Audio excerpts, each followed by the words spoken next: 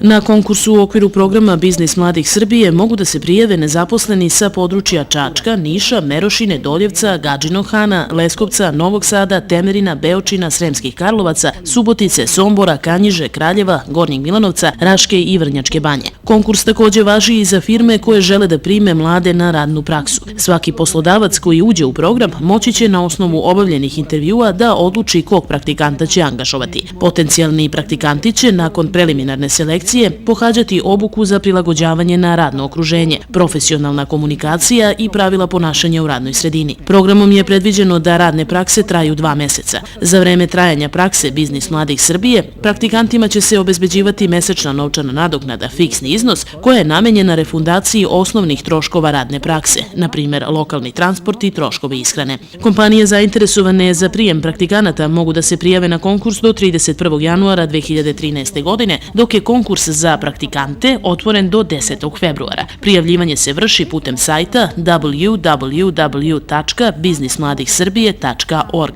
Program Biznis mladih Srbije pokrenut je na inicijativu Smart kolektiva, Erste banke i Nacionalne službe za zapošljavanje, a realizuje se uz podršku USAID-ovog projekta održivog lokalnog razvoja i Ministarstva omladine i sporta. Cilj programa je da se mladima omogući sticanje radnog iskustva, koje je jedan od ključnih uslova za zapošljavanje.